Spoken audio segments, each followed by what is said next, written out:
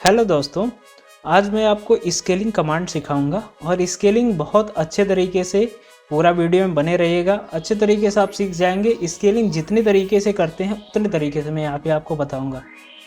अब जैसे इसमें मैंने लिखा है कि स्केलिंग किसी ऑब्जेक्ट को स्केलिंग कैसे करते हैं। अगर एक ऑब्जेक्ट आपको छोटा करना है या फिर बड़ा करना है तो उसको कैसे करते हैं, वो भी स्केलिंग ही है। और एक ऑब्जेक्ट को देख के दूसरे ऑब्जेक्ट के रिस्पेक्ट में कैसे स्केलिंग करते हैं, ये तीनों मैं बताऊंगा। और रेफरेंस और पॉइंट का क्या यूज़ होता है इसको यहाँ पर देखेंगे। अब देखिए, मेरा एक ऑब्जेक्ट है यहाँ पे 10 फीट बाई 20 फीट का है।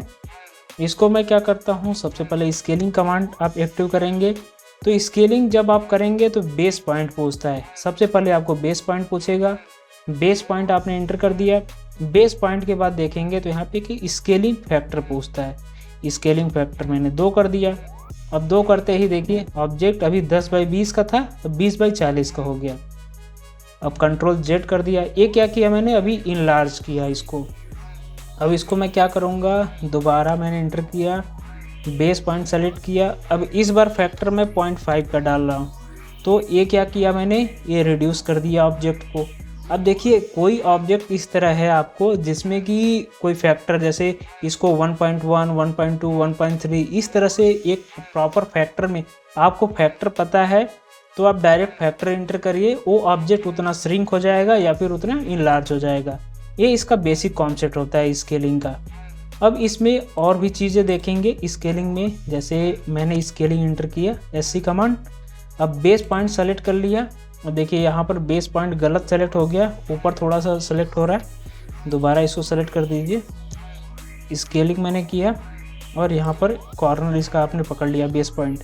अब यहाँ पर देखेंगे तो सबसे पहला ऑप्शन आ रहा है इसमें, जो आप बाय डिफ़ॉल्ट आपका स्केलिंग फैक्टर है वो तो रहेगा ही, लेकिन उसके अलावा अगर आपको कुछ और चेंज करना है, दूसरे तरीके से स्केलिंग करनी है, तो देखिए कॉपी अगर एंटर करेंगे तो कॉपी कमांड कैसे वर्क करता है। अब कॉपी कमांड में देखेंगे तो जो मेरा एक्चुअल ऑब्जेक्ट है, जो मेरा ओरिजिनल ऑब्जेक्ट है, वो ऑब्जेक्ट वैसे ही अपने जगह पर रहेगा और उसका एक कॉपी बन जाएगा। अब जो कॉपी बनेगा उस कॉपी में हम लोग स्केलिंग अलग से कर सकते हैं। उसमें मैं उसको इनलार्ज कर सकता हूँ या फिर उसको रिड्यूस श्रिंक कर सकता हूँ। देखिए मेरा एक कॉपी बन गया। अब कॉपी बनने के बाद देखिए यहाँ पर मैं इसको दोबारा एक्ट करता हूँ। SC मैंने एंटर किया, बेस पॉइंट सेलेक्ट किया, C एंटर किया, कॉपी हो गया। अब कॉपी होने के बाद देखेंगे तो इसको मैंने एक स्केल फैक्टर 2 का दे दिया। तो मेरा एक्चुअल ऑब्जेक्ट 10 बाई 20 का है और इसका एक कॉपी होने के बाद 20 बाई 40 का ऑब्जेक्ट बन गया। इसको आप डिलीट कर सकते हैं। तो ये देखिए, मैंने 2 तरीके से आपको बताया कि सबसे पहले मैंने बता दिया स्केलिंग कैसे करते हैं प्रॉपर, जो बेसिक है, और दूसरा मैंने एक कॉपी के थ्रू स्केलिंग बता दिया। अब तीसरी तरह से इसको मैं बताऊंगा आपको। देखिए पहले ऑब्जेक्ट को सेलेक्ट करिए, SC इंटर करिए। अब SC इंटर करने के बाद अब देखेंगे यहाँ पे एक रेफरेंस आ रहा है। तो रेफरेंस की ज़रूरत कब पड़ती है, जैसे मुझे इस ऑब्जेक्ट को क्या करना है, किसी दूसरे ऑब्जेक्ट के रिस्पेक्ट में अगर मुझे इनलार्ज या फिर रिड्यूस करना है तो वहाँ पे रेफरेंस की ज़रूरत पड़ेगी, रेफरेंस की।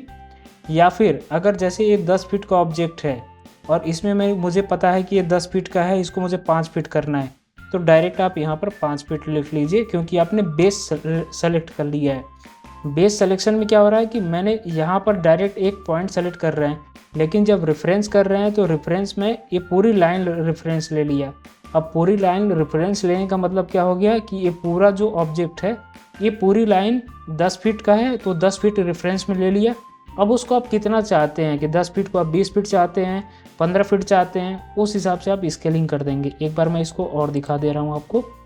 देखिए SC आपने एंटर किया, बेस पॉइंट आपने सेलेक्ट किया, R एंटर किया, रेफरेंस हो गया। अब रेफरेंस के बाद ये पूरा ऑब्जेक्ट मैंने सेलेक्ट कर लिया। देखिए यहाँ पे सेकेंड पॉइंट ये 10 फीट का, यहाँ पर देखेंगे तो ये 10 फीट का दिखा दिया, सेकेंड पॉइंट है। अब इसके बाद अगर मैं चाहता हूँ कि इसको 15 फीट कर दूँ, थोड़ा गलत हो गया, 15 इंच हो गया।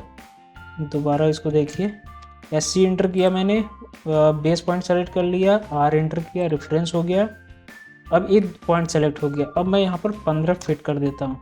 तो अब देखेंगे, ये देखिए 15 फीट हो गया और ये इसके रिस्पेक्ट में 30 फीट हो गया, क्योंकि ये 10 और 20 था तो अब 15 और 30 हो गया। इस तरह से आप इसमें किसी भी ऑब्जेक्ट का, अभी देखिए ऑब्जेक्ट में क्या हो रहा है कि ये पूरा एक ही ऑब्जेक्ट है, इसलिए इसमें जो एक्स कोऑर्डिनेट या फिर इसको कहिए जो इसका विड्थ है और लेंथ, ये दोनों एक ही साथ इंक्रीज हो रहा है। लेकिन अगर आपका कोई ऑब्जेक्ट इस तरह टूटा हुआ रहेगा, तो अगर मुझे सिर्फ इसी लेंथ को है करना है इंक्रीज, तो सेम यही प्रोसेस आप फॉलो करेंगे तो इंक्रीज हो जाएगा। अब एक चौथा ऑप्शन है क्या कि अगर मैं चाहूँ कि मेरा जैसे ये लोगो है, इस लोगो को मुझे यहाँ पर फिट करना है, तो अब ये कैसे होगा? या फिर ऐसे कहें कि एक ऑब्जेक्ट आपके पास है, अब इस ऑब्जेक्ट को इसके सिमिलर बनाना है, तो इसमें क्या, इसमें सिमिलर दो तरीके से बना सकते हैं, या तो लेंथ को इसके सिमिलर बनाएंगे या फिर विड्थ को आप इसके सिमिलर बनाएंगे। जैसे रिक्वायरमेंट है वैसे आप सिमिलर बना सकते हैं। अब इसमें क्या करना होगा, जिस ऑब्जेक्ट को आपको दूसरी स्केलिंग करनी है उसको सेलेक्ट कर लीजिए। इसका बेस पॉइंट सेलेक्ट किया मैंने, तो बेस पॉइंट सेलेक्ट करने के बाद रेफरेंस आपको लेना है। अब रेफरेंस मैंने ले लिया, अब देखिए यहाँ पर रेफरेंस ले लिया मैंने। अब P इंटर करेंगे और उस ऑब्जेक्ट को सेलेक्ट करेंगे जिसके रिस्पेक्ट में या फिर जिसका मुझे डायमेंशन यहाँ पर चाहिए। अब देखिए यहाँ पर ये 5 फीट है, अब देखिए ये ऑटोमेटिक 5 फीट हो गया। तो इस तरह से आपका रेफरेंस और पॉइंट वर्क करता है। अब एक बार मैं इसको दोबारा करके दे रहा हूँ। जैसे अभी ये 5 फीट और 10 फीट हो गया। अब मैं चाहता हूँ कि ये जो 10 फीट है इसको इसके रिस्पेक्ट में करें, तो अब इसको क्या करना है, इसी ऑब्जेक्ट को, इस ऑब्जेक्ट को मुझे सेलेक्ट करना है। अब देखिए मुझे क्या करना है, ये जो डायमेंशन 5 फीट का दिख रहा है इसको इसके सिमिलर करना है, तो ये क्या हो जाएगा, 10 फीट हो जाएगा। तो जिस ऑब्जेक्ट को करना है उसको सेलेक्ट करके उसको एक बेस पॉइंट सेलेक्ट कर लीजिए, R एंटर करिए और रेफरेंस उसी ऑब्जेक्ट का लेना है जिस ऑब्जेक्ट को आपको स्केलिंग करनी है। फिर P इंटर करेंगे, P इंटर करने के बाद मेरा फर्स्ट पॉइंट और ये रहा सेकेंड पॉइंट। देखिए यहाँ पर देखेंगे तो ये भी 10 फीट का, ये भी 10 फीट का हो गया। तो इस तरह से आपका रेफरेंस जो स्केलिंग कमांड है ये वर्क करता है। अगर आपको कहीं समझ में नहीं आया हो तो वीडियो को दोबारा देख लीजिए, और अगर आपको ज़्यादा प्रॉब्लम आ रही है तो आप स्क्रीनशॉट सेंड कर सकते हैं कमेंट बॉक्स में, मैं आपको रिप्लाई कर दूंगा अगर कहीं पर भी प्रॉब्लम आ रही है। धन्यवाद दोस्तों, और वीडियो को ज़्यादा से ज़्यादा शेयर करिए जिससे और भी बच्चे जुड़ सकें। और लास्ट वीडियो में मैंने ये जो ऑब्जेक्ट बनाया था इसको मैंने कंप्लीट कर लिया है, तब इसको भी स्केलिंग देखेंगे, क्योंकि कोई भी मेरा जो प्रोजेक्ट होता है जैसे डेवलपमेंट अथॉरिटी में सबमिट करते हैं तो वो मीटर में या फिर mm में जाता है, तो इसको हम लोग जो फीट और इंच है इसको मीटर या mm में करेंगे, वह भी हम लोग देखेंगे। धन्यवाद।